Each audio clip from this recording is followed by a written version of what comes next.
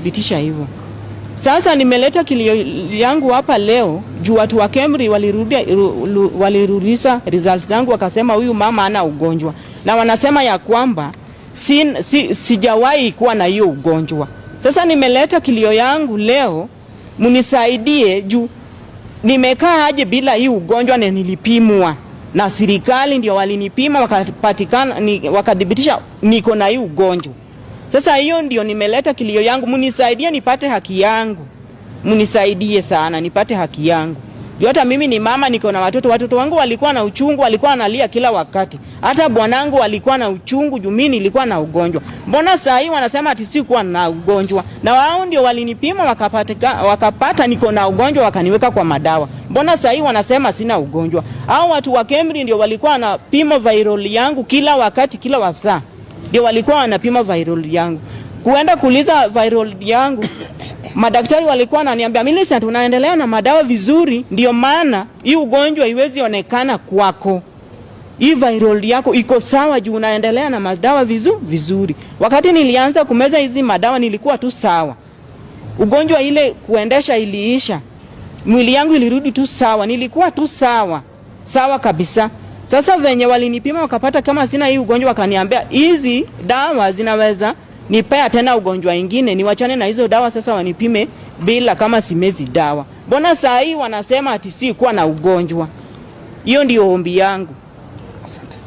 That there are instances where there is divine miracles, divine healing from whatever source of your belief is.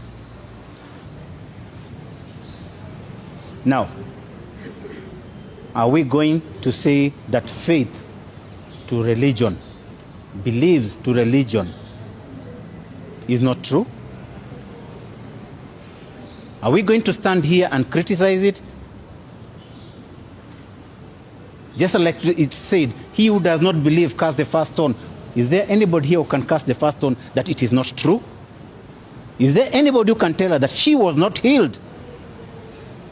This one does not require science. This is faith. This is religion. This is belief. So she's found out she's negative.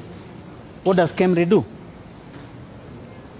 Calls her, does the unlawful things, takes blood directly from her, and now goes back and says she was never positive.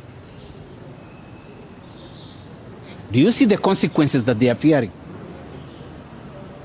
Now, are you telling the public here today that you have defective kits, yet it's a constitutional right to health? Are you telling us that the diagnosis is not correct? Are you telling us you have medical staff that are not qualified? Are you telling us that you have fake results to many other people? Is that what you're telling us? Who is responsible? Now you see where I'm going with that story. Are you saying that you have different classes of people? The ones in Kemri are different from the ones that you have sent into the Siaya counties and all other areas? Are you saying that the facilities you have in Kemri could be better than the ones you're giving to the people in the local areas? Are you saying that you're discriminating?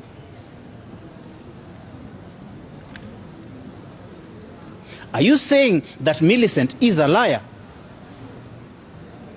Based on what? You, same government, tell her she's HIV, and you, the same government, are telling her she's HIV negative. And now you want to throw mud at her? You want to call a dog a bad name so that you can kick it? This is why sometimes when we say put people in the ministry who are competent, please do so. From the head, and you know what I mean, to the bottom, put people who are qualified. But also on the same level as you have heard from Peter and as you've heard from Millicent, we cannot rule out faith. But remember one thing, for this one, you will pay. The Church of Prophet War has a total congregation spread the whole country and the diaspora to the tune of over 10 million followers. That's not a simple church. Number two, the church is both physical and virtual, so that the congregants can be able to access religious instructions and miracles physically and digitally. Millicent is a beneficiary of the second aspect of the digital miracle process. Therefore, C.S. Duale was not there when the concept of miracles started. Three, our clients, and more specifically Millicent, was diagnosed by doctors to be having HIV/AIDS. These are government doctors. We have had a chance to listen to them, the doctors. The new protocols are saying retest. And that's what we are putting to Duale and his team at the ministry. Explain the circumstances under which you have allowed medical personnel to retest. Our client was tested by government officers. Our client was retested by government officers who are doctors. Told the doctors, retest. And after retesting, they found out that very many, like Millicent, are retesting negative. Surprisingly, I insisted to be given a data. Prophet of World's Church has a total of more than 2,000 doctors in one church. Because of that. When Millicent and team said this, these doctors confirmed. The ministry was mad on them. The ministry was ready to sack all the government doctors. The ministry instituted disciplinary processes. None of the doctors was sacked. People, as Mr. Cleaver said it, all testing equipments and machinery are sourced after endorsement from the World Health Organization. Is the ministry and is the minister, is Duale telling Kenyans, testing kits in this country are being manufactured and sourced from River Road? That is the narrative. The minister is telling the Republic that we are alone with our own lives and God help us. The testing equipment is a serious issue. The procurement process is watertight. When you look at what is happening with our clients, there is a clear conspiracy by the CS, the PS, the directors at Afya House, and all the government bureaucracy in the Ministry of Health to try to cover up a serious fiasco. I know they have their own share problems, but this is more serious than SHA. We have given 14 days. We are heading to court.